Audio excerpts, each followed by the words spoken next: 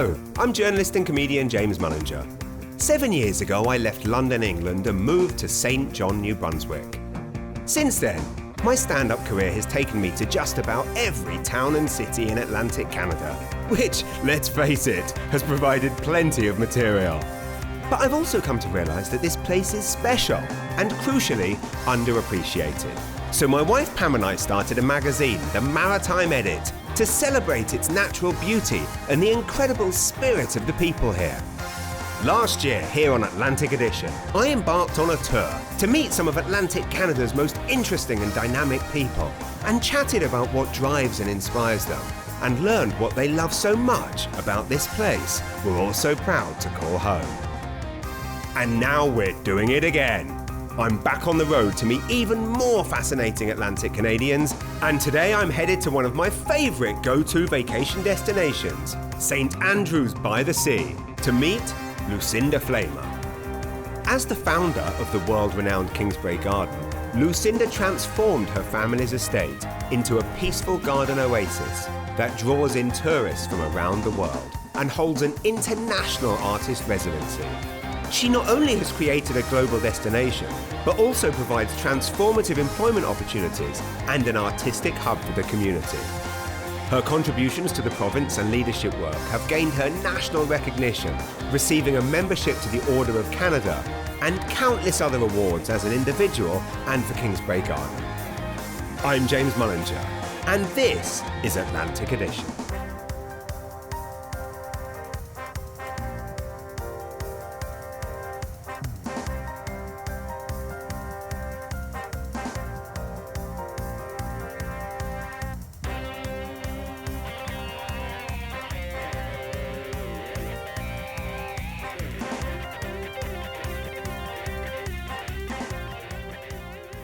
It's yet another beautiful day in St. Andrews, and I've got to admit, this is just about one of my favourite places on earth. And for me, the very heart of St. Andrews has got to be Kingsbrae Garden. Its beauty just wows me every time I pull up. I've been lucky enough to perform there numerous times. It's the first place that I take friends and family visiting from England. And resident chef Alex Hahn just happens to make the best lobster poutine in the world. And all of this is made possible by the garden's visionary founder, Lucinda Flemer, who has worked tirelessly to blend art, commerce, and philanthropy into this magical oasis. She is a person that I deeply admire, and I can't wait to learn why she fearlessly decided to share what she has with those around her and transform her family's landmark estate into what we see today. Here we go.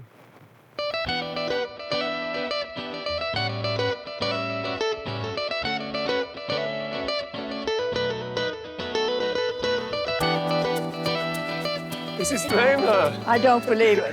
Finally! Finally. It took months and months and months. It did, that's what it takes. But we did it. We did it, indeed. I'm so glad to see you, and you're going to be here all day. I'm going to be here all day. I can be here longer if you like. Oh, well, we might just fix it. See what Jasper thinks. See if Jasper is... Jasper has been absolutely fantastic. He was sitting here having profiles done. He was looking wonderful. He is looking very handsome today. Look at this. I mean, everything is just so majestic here. How on earth did you even begin a thing like this? Fluke. Fluke? Absolute fluke. All the best things But don't you love this? I The do. colours, I think they're wonderful. So, you know, this idea came from David Hicks, he had them with bougainvillea, and we sort of snitched the idea and put them like this. And I think they're wonderful because you need a wow factor when you come in, don't you think? You absolutely do. The wow factor is instantaneous, and it's here. This is it. You can't come to a parking lot and just have cars. Yeah. And so you might look at this. Then you've got the buckets, which are great. They are stunning too. You know what it's called? What's that? Ode to the Simple Maple Syrup Bucket. Is that what they are? Maple syrup Yes, buckets? they're maple syrup buckets. Because I was going to ask you, how do you even begin to design something as majestic as the Kingsbrae Garden? But essentially, is the answer to that the entrance? You give people the wow factor upon arrival. This, you know, was a field. It had never been touched since the Ice Age. Right. And when we dug it up, we had enormous boulders that you needed steam shovels for. Right. And it was a big problem, let me tell you. And it's improved. And what year did all of this begin for you, this project? It started in '95, Right. and we opened in '98. 3 years? 3 years. To create all of this? And everybody said start slowly, and I thought, phooey, we're just going to do it all at once. Do it all at once. Ignorance is bliss. Wow. I hadn't a clue. You pulled it off, though. We did. You did pull it off by hook or by absolutely. crook. It I happened. know, and it was complete, you know, we were amateurs. I'd never done a garden in my life. And all the people here were amateurs too. Incredible. So I guess the big question is why? Well, that's a long, long story. It's going to take more than today to tell you. Perfect. Well, let's sit down and try, shall we? All right, Let's fine. go for a chat.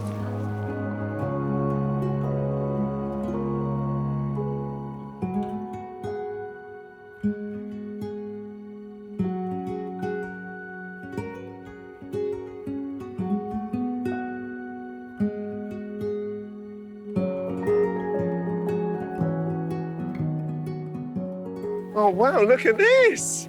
I've been to the garden probably more than 100 times and I've never seen this pocket. We keep this. This is very secret. This is your secret spot? This is where you go not to be bothered. Oh, that's why you don't want me back here normally. This is exactly it. But it's all full out there. Yeah. We have lovely lunches here. This is the VIP area. Exactly. Is that what you're saying? So you made it. You can't I get finally made it.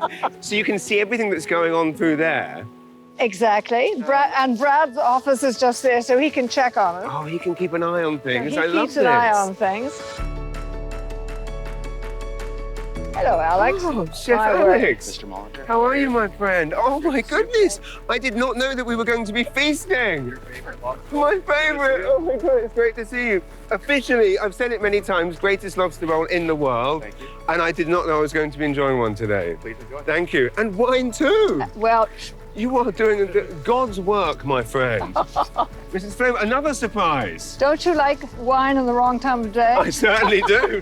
10 a.m. Perfect. It's going to be ruined for tomorrow. What are we going to do tomorrow at 10 a.m.? I might still be here. Well, why not? Here's to James and all you do for New Brunswick. Seriously, you're tireless, absolutely tireless, and a joy to be with. Come back often, will you? Thank you. I certainly will. And coming from you, that means the world because you are the most tireless promoter of New Brunswick ever. So thank you. Well, here's for to the everything gruesome you do. twosome. Here's the gruesome twosome. That's what they'll call us. Cheers. This is such a lovely surprise. I did not know we were going to be doing this today. We were talking about the garden as a surprise just throughout. Was that something that you sat down and kind of planned out? Like, we want it to kind of be, someone can go from here to here and be surprised at you? Well, once we started the garden, how to make it different. And a lot of it we copied, obviously, from existing good gardens. But the surprise factor, I think, was to whet people's interest. Say, gosh, I've seen this, what is around the corner? And no one part of the garden is related to the other. You have the entry garden, you have the white garden, you have the real garden, and on it goes. And each one is totally different. And we hope, if you don't like one of them, you like the other one, and so on. And then we threw in the animals, because that's for children. And if the children are happy, then adults are happy. Right. And I don't think you know how we got the alpacas. No, how did you get them? Well, my husband wanted a bunker on our 9-hole golf course, and I didn't want a bunker. Because I thought, all that sound I really don't want to see. Yeah. And somebody said, make a bet. So I said, okay, you can have your bunker if I can get 4 alpacas. We've been in the alpaca business ever since. So when you decided to do all of this and you knew that you were going to want to inspire people and surprise people, was there a specific reason? Like, was it wanting to create a tourist destination within this area or in the province? Was it to provide work? Or was it simply just a celebration of this place? Well, it started off by mistake. Right. All Like great most things. things. Yeah. Originally, I had envisioned the property, which was an old family property. And my husband and I had envisioned having a school for seeing eye dogs. We were very interested in canine vision. And that didn't work out. So then I was back to square one, and I hadn't a clue what I was going to do. I thought, the government will help. Right. Forget it. Off I went to see Frank McKenna, and I was the delegate at Yeah. And I remember Frank sitting back in his chair like this and said, Lucinda, And we had a long chat. And he said, have you ever thought of having a tourist destination? It hadn't dawned on me. But I said, yes. Yeah. You have one shot of these things. Right. I mean, when do you ever have a chance again? Yeah. So I said, yes. You've done all of this, but looking back, like, what's your kind of childhood memories of visiting here? And do you think that played into... Oh, very much. Yeah. I've been here 90 years. I came when I was 6 months old. Can you imagine? Amazing. I've been here almost every summer of my whole life. So I have enormous nostalgia for St. Andrews. And I was determined that that property wasn't going to be built on with nasty little townhouses. And that could have happened. If you and your husband hadn't purchased it, none of this would be here? Yeah. Right.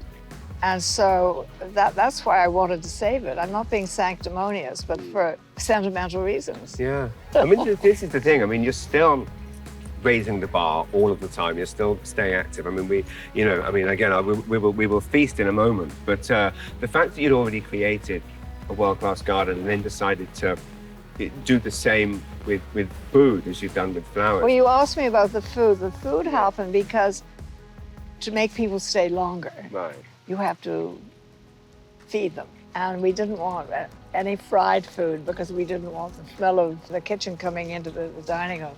We started very, very small. And Alex, who's now our whiz chef, yes, he was 13, I think, when he came as a dishwasher. Wow. First of all, when he finished school, he went to the Culinary school, and he was on their culinary team, started his own place, Savor, and went from strength to strength. But then he asked if he could come here, and we said we'd give it a go. And he's been here ever since. Kingsbrae's always been a part of my life. I used to play in the hedges as a young kid, and then as I got a little older, I had the opportunity, just a typical summer job as a young man, to wash dishes, and that sparked my interest in wanting to cook, and that really set the ball rolling for me to go to the Culinary Institute of Canada and get an education, and eventually, a long way off, come back here.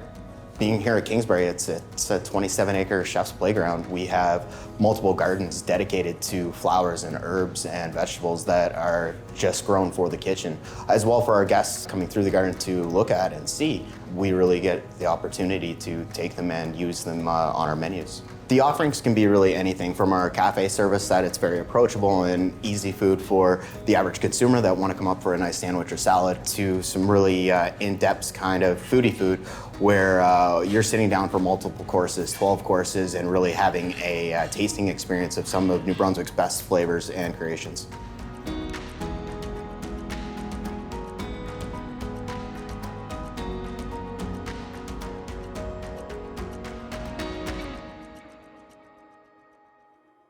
So would you have any tips for amateur gardeners like myself who aren't very good but like beautiful things? Yes. Look at a garden that you like, or look at a garden book and think, all right, I want to do that. Right. Read up whatever the plants are and go for it. I had no idea, but we were living in England, and so I had access to a lot of good gardens. And the White Garden is a steal on Sissinghurst. Right. There's so many things I've seen in the world that I've copied. So you can do exactly the same thing, see what you like somewhere else, steal the idea, and go for it. Steal the idea, I like it. Exactly, plagiarism. Here's a plagiarism. Absolutely. So one thing I've always wondered is, where did that windmill come from? The windmill came from Holland. Because my husband, who was not one bit interested in flowers, said, I mean, come on, you need a windmill, which was not exactly an easy thing to find. So we explored in Holland, and I had no idea how many different windmills there are. You have them for grain, and you have them for this, and you have them for that. And we had only a site of a certain size. Anyway, after climbing in and out of many windmills, this is the one we chose. And it pumps water from the lower pond to the upper pond, and it circulates it. So it has a function. It has a function. We use it for irrigation. Amazing.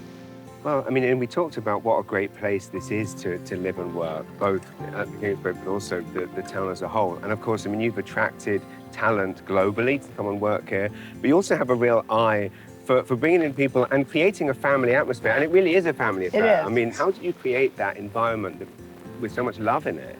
Well, I like people very much, and it's just natural. I mean, we treat people like we feel we're all part of a big happy family. Right. And we get together very often. The staff, we have golf tournaments. We sat here the other day with about 20 of us. We try to get together and we try to get the garden staff to go here, and they do. And we've had most of them for 20 odd years. It's amazing. It's a beautiful thing. And of course, I mean, Brad Henderson is also now the mayor of St. Andrews. So with his role as mayor, what does Brad bring to the team? First of all, an amazingly strong personality. True. He's very well organized, and he's always in a good mood. So he has an amitié for people that they gravitate to. Yeah. So I think his greatest skill, leaving out his knowledge of how to direct operations, shall we say, he has an enormous affinity for people, and they gravitate to that.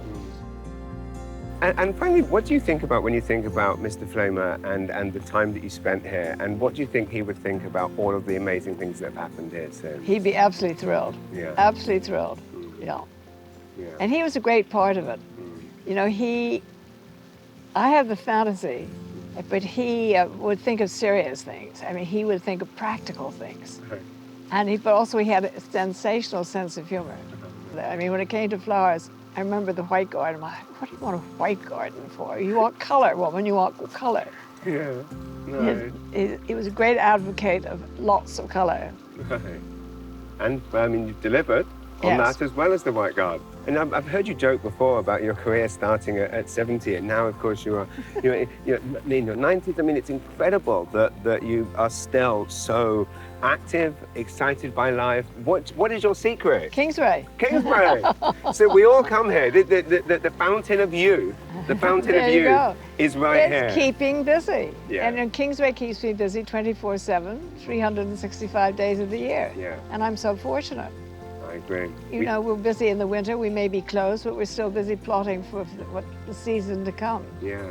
So no one needs a Dorian Gray painting in the loft. They just need Kingsbrae Garden, an amphitheater, wine, and lobster rolls. There you go. And James Mullinger. Oh, thank you very much. I appreciate being included in that mix. Cheers. I'll drink to that. Great. Shall we explore some more? I would love to. Happy days. The dream will be lived.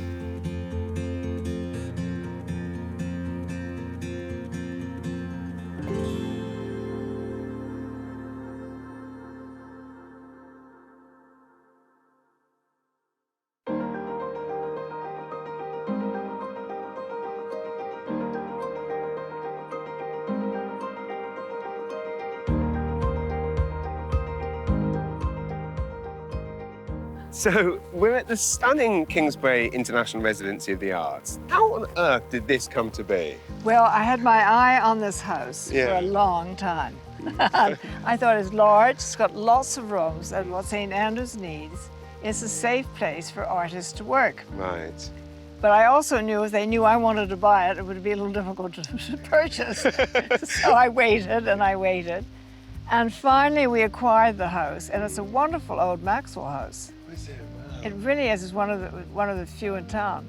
My idea was just simply open the doors to artists, not just in Canada, but internationally. Right. And then, of course, where are they going to work without throwing paint all over the house? So we had to buy studios. And that's what these are. So we built them.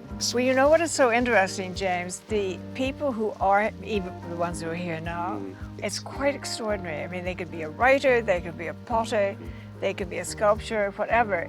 And I don't ask them because that's rather presumptuous, but they will say, you have no idea what a privilege it is to have space and time to create. And that's the whole object of the exercise. But you know, we're using Kira also more for corporate events too, for think tanks and things like that, and for the military who suffer from PTSD. Wow. So we're open to all kinds of people. So instantly, as soon as you finally managed to purchase the kind of dream property, you immediately turned it into this kind of force for good, Yes. not just artistically, but also to help people with, Give them space. But what's amazing is that you are one of the few people I've ever met who really does embrace all art forms and treats them all with equal reverence and respect, which again, I mean, as a comedian, so often people say, well, you're not a real artist because you don't paint things, and often people say, musician, you're not a real artist. And you're someone that respects all art forms. And where do you think that passion and love came from? Well, I think it's creative. I think I'm creative. Right. And so I recognize it in other people. And you're creative. So think of your medium. It's very creative. You illustrate and articulate what takes your fancy, what you see, and you want to bring it to other people. Right, that's nice. So if you think about it, whether you're a sculptor, or you work in metal, or you're painting, or music, again, you're interpreting what interests you and bringing it to the world. Yeah. And that grasps me. I've always responded to that, and I think I always will. That's beautiful, and that leads me perfectly to probably my favorite part of this entire amazing operation, but also my favorite place in the world to perform, the amphitheater. Shall Okay, we will. Perfect.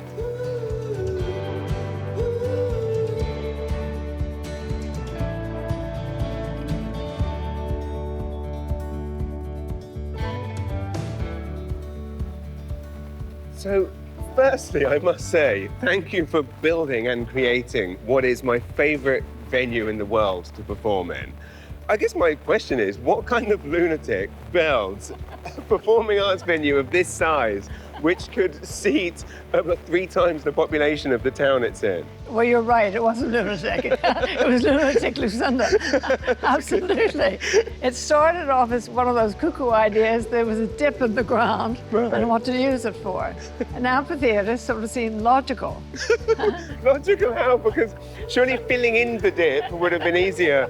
But I mean, I'm very grateful you did, because I mean, there's been so many epic shows here. But it literally started as simply as that. And Simply, there was the hill and nothing. So, amphitheater. But then where to find one? Right. So I Googled like mad. There was a wonderful design in Perth, Australia. Right. It had the right roof because of our snow problems, et cetera, et cetera, et cetera. Yeah. And so I had a local friend who's very good on computers, another good local friend who's very good in iron works, and we didn't have an architect. Everybody sort of, did all this on the computer. Right. And lo and behold, you have an amphitheater. I mean, everyone loves coming here. There's no experience quite like it for audience and performer alike, and that's what you created. And so we've done full capacity shows here. We've done live streams here together during the thick of COVID. We've also done distance shows, but now we're coming out of it. What'd you say, 2022? Should we do another massive one? Absolutely, no question about it. Beautiful. Go for it. So, with all of this happening and all of this achieved and all of this growth and development and inspiration, what would you like your legacy to be? If nothing else, to have it exactly the way it is now, in perpetuity. And that's what I try to cram down everybody's throat. Right. But my children, I think they will keep it up, but we try to tell all the workers here, nothing is going to change. It has to be like this. We've got these standards, and please keep them up. Beautiful. Well, you've got the right team for it, and as you and I both feel the same way, that we want our children and our children's children to be coming here and experiencing what we experience here now. Exactly. Amazing. And we have a wonderful team here. Yeah. Absolutely fantastic. Incredible. Well, I can't thank you enough for a truly magical day, as it always is. Thank you for You're being here. inspiration. Your Thank program. you so much. I'm looking forward to the Big Bash in 2022. The Big Bash 2022. Can't wait. We're going to combine everything. We're going to have artists painting. I'm going to be doing stand-up. We're going to have oysters. We're going to have it all. The works, and then we're going to celebrate afterwards. Exactly. A boozy do. A boozy do. Sign me up. All Happy right, days. Thank you so fantastic. much. Wonderful. Thank you so much.